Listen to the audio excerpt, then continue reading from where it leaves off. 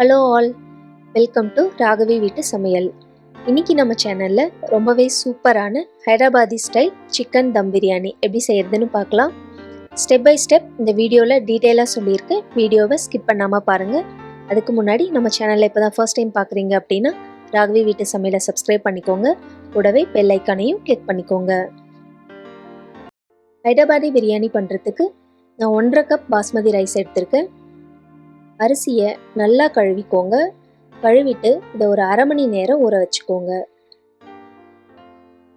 முதல்ல சிக்கனை மேரினேட் பண்ணிடலாம். சிக்கனை மேரினேட் பண்ணுறதுக்கு நான் 500 கிராம் சிக்கன் எடுத்திருக்கேன். இதில் 1 டேபிள் ஸ்பூன் அளவுக்கு எலுமிச்சை சாறு சேர்த்துக்கோங்க. சேர்த்துட்டு இது கூட 2 டேபிள் ஸ்பூன் அளவுக்கு இஞ்சி பூண்டு விழுது சேர்த்துக்கோங்க. அடுத்து 4லிருந்து 5 பச்சை மிளகாய் சேர்த்துக்கோங்க. இது கூட ஒரு 4 டேபிள் ஸ்பூன் அளவுக்கு தயிர் சேர்த்துக்கோங்க. தயிர் சேர்த்துட்டு இதில் 3/4 டேபிள் ஸ்பூன் அளவுக்கு தனி மிளகாய் தூள் சேர்த்துக்கோங்க.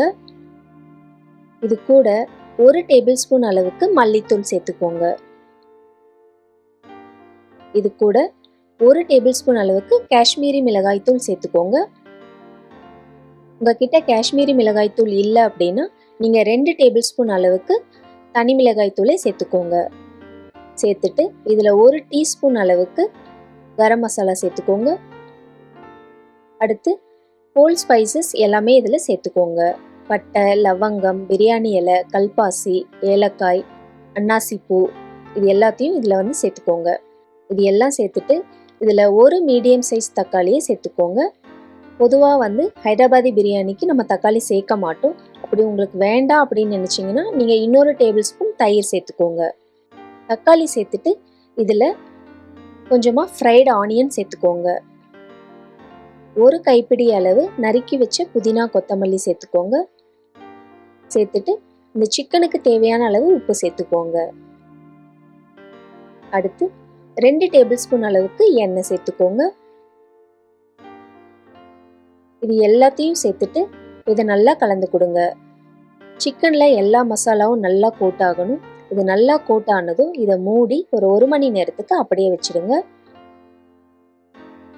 பிரியாணி பண்ணுறதுக்கு ஒரு அகலமான பாத்திரத்தில் 3 டேபிள் ஸ்பூன் அளவுக்கு எண்ணெய் சேர்த்துக்கோங்க. இதில் 1 டேபிள் ஸ்பூன் அளவுக்கு நெய் சேர்த்துக்கோங்க. எண்ணெய் சூடானதும் இதில் 1 மீடியம் சைஸ் வெங்காயத்தை நீல வாக்கில் நறுக்கி சேர்த்துக்கோங்க. இப்போ வெங்காயத்தை வதக்கி விடுங்க. வெங்காயம் நல்லா பொன்னிறமாக வர வரைக்கும் வதக்கி விடுங்க. வெங்காயம் நல்லா வதங்கினதும் இதில் நம்ம மேரினேட் பண்ணி வச்ச சிக்கனை சேர்த்துக்கோங்க.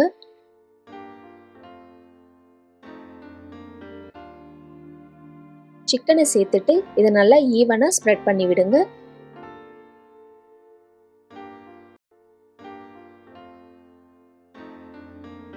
இதை ஒரு மூடி போட்டு 15 நிமிஷத்துக்கு மீடியம் ஃப்ளேமில் குக் பண்ணுங்க. சிக்கன் வேகிறதுக்குள்ள நம்ம சாதம் ரெடி பண்ணிடலாம். இப்போ நான் இதில் ஒரு 4 கப் தண்ணி சேர்த்து கொதிக்க விட்டுருக்கேன். இப்போ இதில் சாதத்துக்கு தேவையான அளவு உப்பு சேர்த்துக்கோங்க. உப்பு சேர்த்துட்டு இதில் ஒரு அரை எலுமிச்சம்பழத்தை பிழிஞ்சு விடுங்க. இதில் கொஞ்சமாக கொத்தமல்லி, கொஞ்சம் புதினாவும் சேர்த்துக்கோங்க. சேர்த்துட்டு இப்போ நம்ம ஊற வச்ச பாஸ்மதி அரிசியை இதில் சேர்த்துருங்க. ரைஸ் சேர்த்துட்டு ஹை டு மீடியம் ஃப்ளேமில் குக் பண்ணுங்க. அரிசி ஒரு 80% குக் ஆனால் போதும். பார்த்தீங்கன்னா ஒரு 15 நிமிஷம் போல் சிக்கன் குக் ஆகிருக்கு. நம்ம எந்த தண்ணியுமே இதில் சேர்க்கலை.